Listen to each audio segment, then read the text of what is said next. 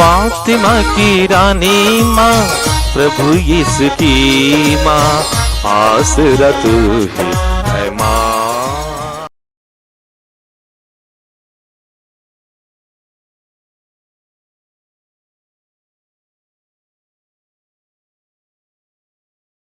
पहला पाठ रोमियों के नाम संत पौलुस का पत्र, अध्याय 8, पद संख्याएं 12 से 18 तक।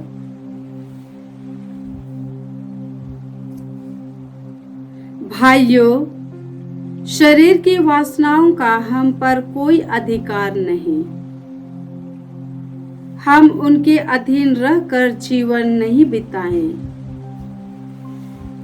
यदि आप शरीर की वासनाओं के अधीन रहकर जीवन बिताएंगे तो अवश्य मर जाएंगे। लेकिन यदि आप आत्मा की प्रेरणा से शरीर की वासनाओं का दमन करेंगे तो आपको जीवन प्राप्त होगा। जो लोग ईश्वर की आत्मा से संचालित है वे सब ईश्वर के पुत्र हैं। आप लोगों को दासों का मनोभाव नहीं मिला जिससे प्रेरित होकर आप फिर डरने लगे। आप लोगों को गोद लिए हुए पुत्रों का मनोभाव मिला जिससे प्रेरित होकर हम पुकार कर कहते हैं, अब्बा, हे पिता। आत्मा स्वयं हमें आश्वासन देता है कि हम सचमुच ईश्वर की संतान हैं। यदि हम उसकी संतान हैं तो हम उसकी विरासत के भागी हैं। हम मसीह के साथ ईश्वर की विरासत के भागी हैं। यदि हम उन्हीं के साथ दुख भोगते हैं तो हम उन्हीं के साथ महिमान्वित भी हो जाएंगे। प्रभु की वाणी। ईश्वर को धन्यवाद। भजन अनुवाक्य। हमारा ईश्वर हमारा उद्धार करता रहेगा। हमारा ईश्वर हमारा उद्धार करता रहेगा। जब ईश्वर उठ खड़ा होता है तो उसके शत्रु बिखर जाते हैं और उसके विरोधी उसके सामने से भाग जाते हैं। धर्मी ईश्वर के सामने आनंद मनाते और प्रफुल्लित होकर नृत्य करते हैं। अनुवाक्य। हमारा ईश्वर हमारा उद्धार करता रहेगा। हमारा ईश्वर हमारा उद्धार करता रहेगा। ईश्वर अपने मंदिर में निवास करता है। वह अनाथों का पिता है और विधवाओं का रक्षक। वह निर्वासितों को आवास देता और बंदियों को छुड़ाकर आनंद प्रदान करता है। अनुवाक्य। हमारा ईश्वर हमारा उद्धार करता रहेगा। हमारा ईश्वर हमारा उद्धार करता रहेगा। हम प्रतिदिन प्रभु को धन्यवाद दिया करें। वह हमारा भार हल्का कर देता और हमारी रक्षा करता है। हमारा ईश्वर हमारा उद्धार करता रहेगा। हमारा ईश्वर हमें मृत्यु से बचाएगा। अनुवाक्य। हमारा ईश्वर हमारा उद्धार करता रहेगा। हमारा ईश्वर हमारा उद्धार करता रहेगा। जय घोष। हालेलुया। हे प्रभु, तेरी शिक्षा ही सत्य है। तो सत्य की सेवा में हमको समर्पित कर। हालेलुया। प्रभु आप लोगों के साथ हो और आपकी आत्मा के साथ। संत लूकस के अनुसार पवित्र सुसमाचार। हे प्रभु, तेरी महिमा हो। अध्याय 13, पद संख्याएं 10 से 17 तक। यीशु विश्राम के दिन किसी सभागृह में शिक्षा दे रहे थे। वहां एक स्त्री आई जो अबदूत लग जाने के कारण 18 वर्षों से बीमार थी। वह एकदम झुक गई थी और किसी भी तरह सीधी नहीं हो पाती थी। यीशु ने उसे देखकर अपने पास बुलाया और उससे कहा, नारी, तुम अपने रोग से मुक्त हो गई हो। और उन्होंने उस पर हाथ रख दिए। उसी क्षण वह सीधी हो गई और ईश्वर की स्तुति करने लगी। सभागृह का अधिकारी चिढ़ गया क्योंकि यीशु ने विश्राम के दिन उस स्त्री को चंगा किया था। उसने लोगों से कहा, 6 दिन है जिनमें काम करना उचित है, इसलिए उन्हीं दिनों चंगा होने के लिए आओ, विश्राम के दिन नहीं। परंतु प्रभु ने उसे उत्तर दिया, ऐ ढोंगियो, क्या तुम में से हर एक विश्राम के दिन अपना बैल या गधा थान से खोलकर पानी पिलाने नहीं ले जाता? शैतान ने स्त्री इब्राहिम की इस बेटी को इन 18 वर्षों से बांध रखा था, तो क्या इसे विश्राम के दिन उस बंधन से छुड़ाना उचित नहीं था? यीशु के इन शब्दों से उनके सब विरोधी लज्जित हो गए, पर सारी जनता उनके चमत्कार देखकर आनंदित हो जाती थी। प्रभु का सुसमाचार। हे क्रिस्त तेरी स्तुति हो।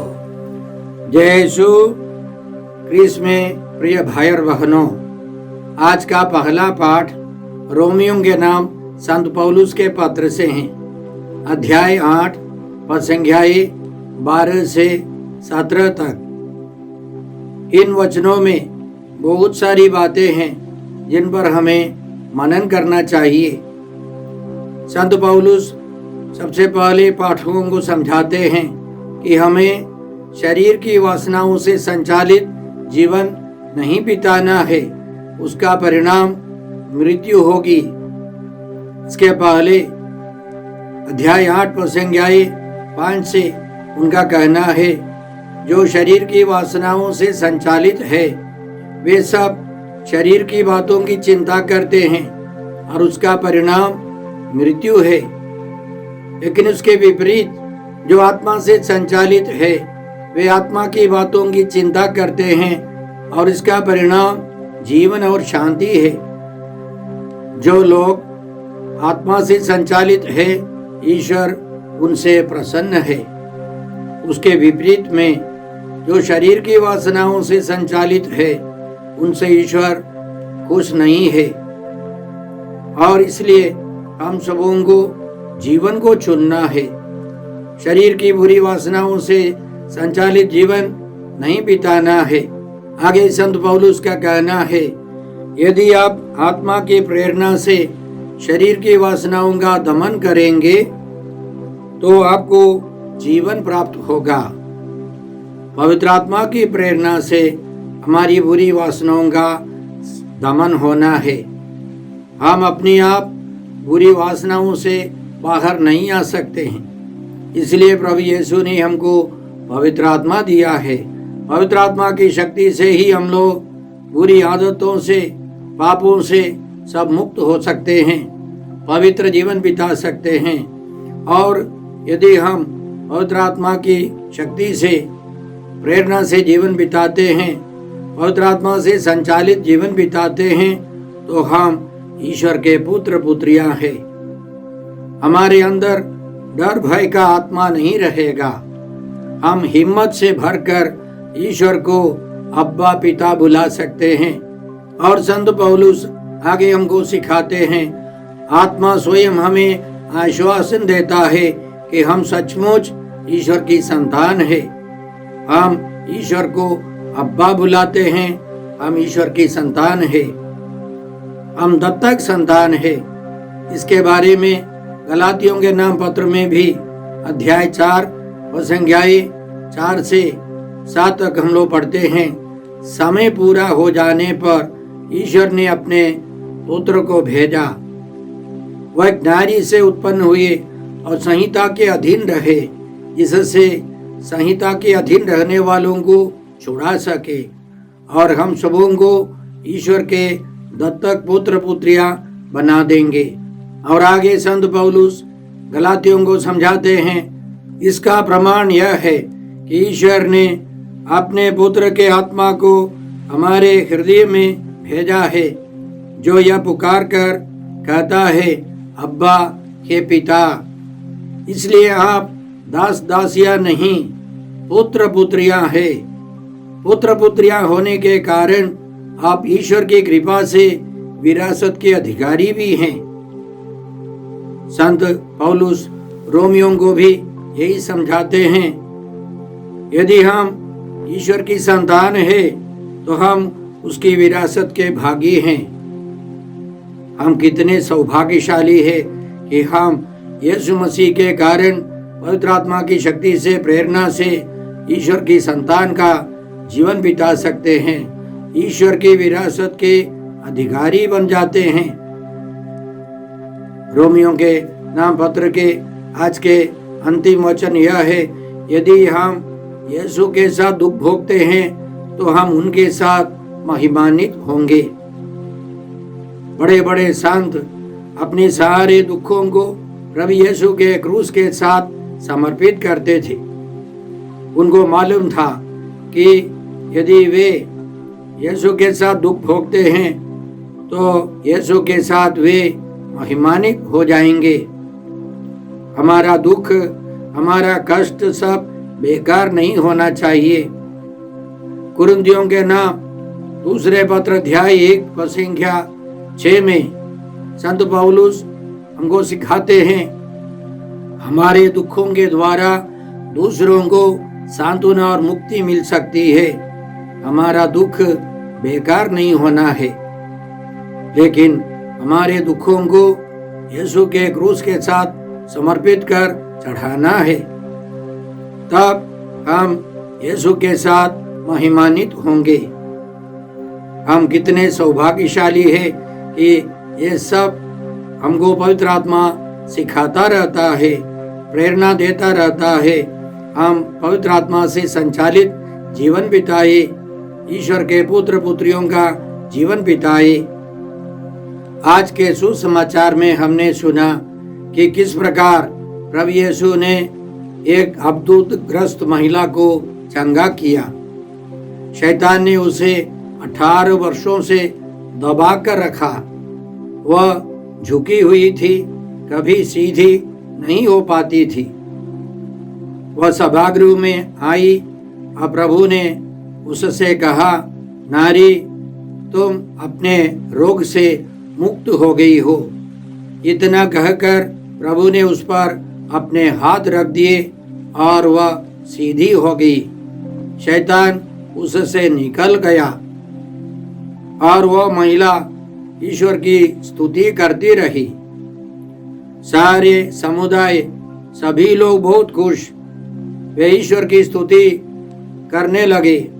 लेकिन सभागृह का अधिकारी चिढ़ गया और उसने कहा, काम करने के लिए 6 दिन है, विश्राम का दिन काम नहीं होना चाहिए। उसके लिए ये चंगाई या प्रभु यीशु ने जो हाथ बढ़ाकर उस महिला के ऊपर रखा, वो सब काम है। ऐसे कुछ लोग यीशु से नाराज थे, लेकिन प्रभु ने एक महान चमत्कार दिखाकर अपनी महिमा प्रकट की। लेकिन भाई और बहनों, इससे गहरी एक बात है। प्रभु यीशु जो कुछ करने आए वो सब सुसमाचार के प्रचार के लिए, ईश्वर के राज्य के विस्तार के लिए था। ईश्वर का राज्य इस संसार में आ जाए, इसीलिए प्रभु यीशु ने रोगियों को चंगा किया।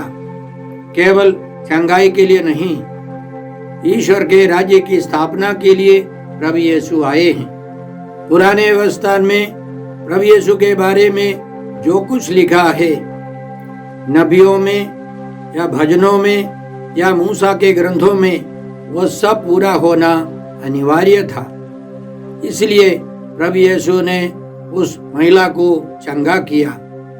स्तोत्र 145 में हम लोग इस प्रकार पढ़ते हैं, प्रभु तेरी समस्त सृष्टि तेरा धन्यवाद करेगी, तेरे भक्त तुझे धन्य कहेंगे। देखिए, प्रभु के भक्त प्रभु यीशु को धन्यवाद दे रहे हैं। वे तेरे राज्य की महिमा गाएंगे और तेरे सामर्थ्य का बखान करेंगे, जिससे सभी मनुष्य तेरे महान कार्य और तेरे राज्य की अपार महिमा जान जाए। तेरे राज्य का कभी अंत नहीं होगा। प्रभु यीशु के राज्य का अंत नहीं है। तेरा शासन पीढ़ी दर पीढ़ी बना रहेगा। प्रभु अपनी सब प्रतिज्ञाएं पूरी करता है। वह जो कुछ करता है प्रेम से करता है। प्रभु यीशु ने प्रेम से प्रेरित होकर सब कुछ किया है। अपनी मृत्यु के पहले प्रभु यीशु ने हमको समझाया, जिस प्रकार पिता ने मुझको प्यार किया है उसी प्रकार मैंने भी तुम लोगों को प्यार किया है। तुम मेरे प्रेम में दृढ़ बने रहो। संत यूहन्ना के सुसमाचार अध्याय 15 पद संख्या 9 में हम इस प्रकार पढ़ते हैं। आगे स्तोत्रकार का कहना है, प्रभु निर्बल को संभालता और झुके हुए को सीधा करता है। यह महिला झुकी हुई थी, कमजोर थी, ठीक से चल फिर नहीं सकती थी। प्रभु यीशु ने उसे चंगा किया, क्योंकि यीशु स्वर्ग राज्य की स्थापना के लिए आए हैं। उनके राज्य का अंत नहीं होगा। संत लूकास के सुसमाचार अध्याय 11 पद संख्या 14 से हम लोग पढ़ते हैं कि प्रभु यीशु ने एक अवधूत को निकाला और वह व्यक्ति गूंगा था, वो बोलने लगा।